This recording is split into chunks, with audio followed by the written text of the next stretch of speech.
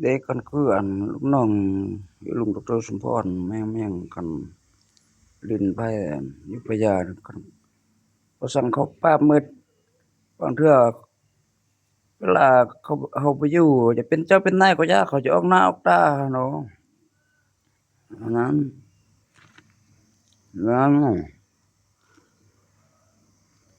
ล้วเขาไล่แม่งว่าเฮาว่าสิสมัครล้างปอกเขาไปเฮ็ดอันเฮ็ดเม็ดแม่งผลิตเม็ด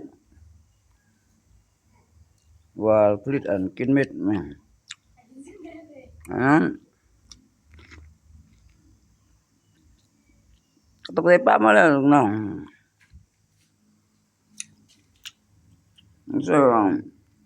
เอากันเรื่องลิ้นหรือยามันต้องเจ้านายแม่งก็ยาต้องเข้าแบบว่าหุ้นส่วนที่สำคัญแบบต้องคาสิโนกันผู้ไปเอาต้องมีเบอร์มีรหัสเวลาตำรวจกวดคันบ่มีเบอร์บ่มีรหัสนี่เป็นเหตุการณ์จำนะกันนำเงินเข้านำภาครัฐแด่แม่งคันประเภทลิ้นสั่นสิบกันบ่ปรับลูกน้องบ่ได้เงิน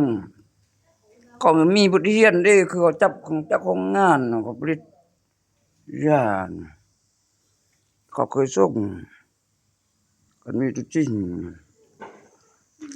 อาก็สิไปปรับมาหลายลูกน้อง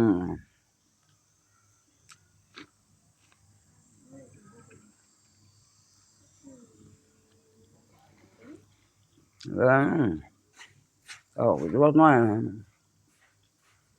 คาสิโนเพิ่นไปเอาก็ได้แต่ละเมืองแต่ละแห่งต้องขึ้นนักธุรกิจเจ็ดกว่ายามมันต้องภาครัฐเขาได้นั่งกำนำตำรวจกวดก็สิบ่ไปทางเอามีเบอร์มีรหัสมีกล้าแบบเนี้ยว่าคนนี้จังมาเอาตัวนี้ไหมบอกเงินเข้าในนามภาครัฐหมดรายได้ดีกว่าเขาจะเฮ็ดมั่วสามั่วไส้ผลิตแบบว่าบ่มีมาตรฐานให้คนเสียสุนเสียเส้นว่านั้นเนาะ